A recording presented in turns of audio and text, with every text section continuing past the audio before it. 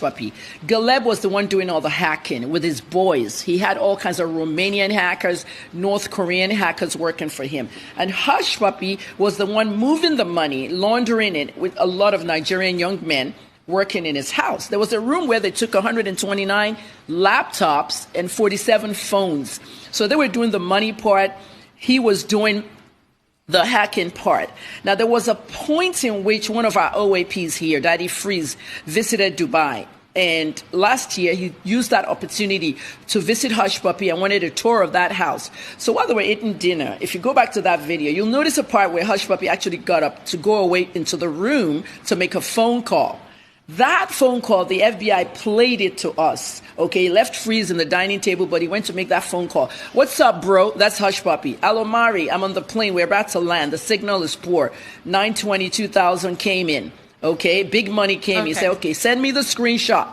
Okay, when I get to the terminal, the plane will, when the plane gets to the terminal, the signal is back, the network. Okay. So Hush Puppy wanted the screenshot. So as Alomari got out of the plane, the FBI caught him, and that was the end of it. Now, when they caught Alomari, was it Alomari that outed Hush Puppy? Possibly. But also, Alomari's boys just got out $100 million from the COVID ventilator money. All right. A second. So the arrests are still coming in. Now let me tell you one part of that whole COVID thing. The $100 million were for ventilators for COVID. And what Donald Trump wanted was to put those funds were going through the United States Secret Service. They're another elite law enforcement agency.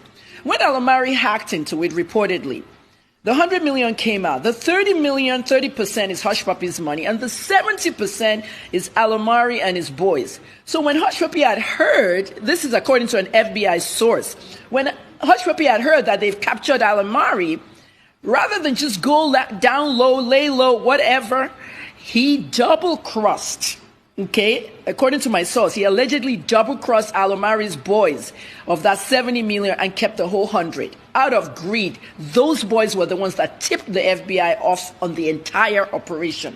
And they found a way to start looking for Hush Puppy. And then Hush Puppy flashed everything and all that. This is one of the reasons why he fired Jill Pisetsky and Vicky Prodebeski, the first two lawyers who were saying, our client was kidnapped, our client is an influencer. That wouldn't work. I know Louis Shapiro. He's a very good lawyer. And I said it on my Instagram page. When Shapiro gets in there, he's just going to tell the feds, plea deal.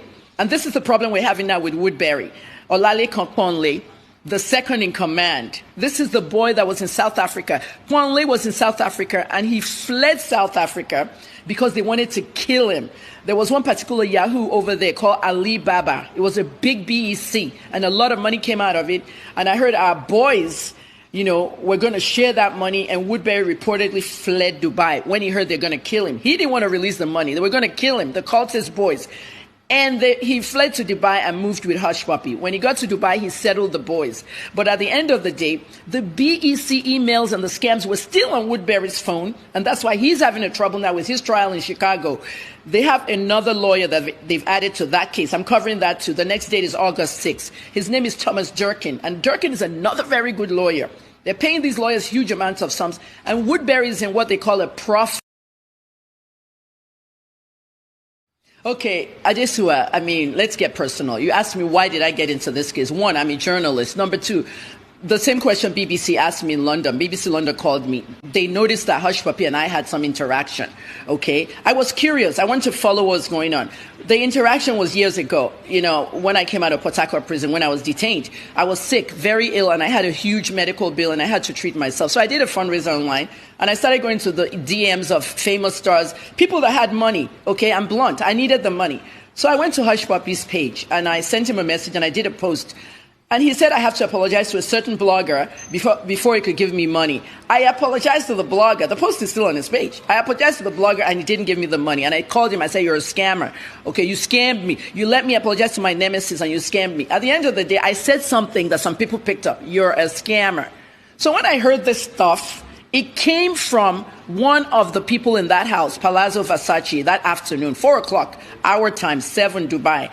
Said they just arrested Hush Puppy. They just raided the house. They just, and that's how I broke the story. Then I followed it since then.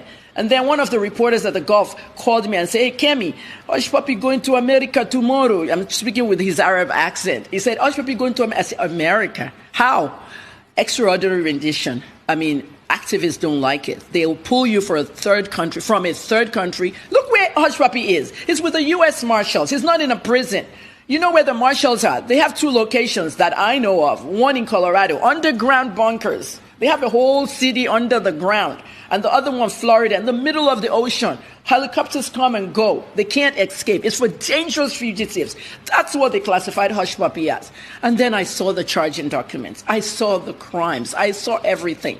So I would say this case is going to end up with a sentence of, well, I'm not God and I'm not a judge, but with my FBI sources, all the U.S. law enforcement sources, and even sources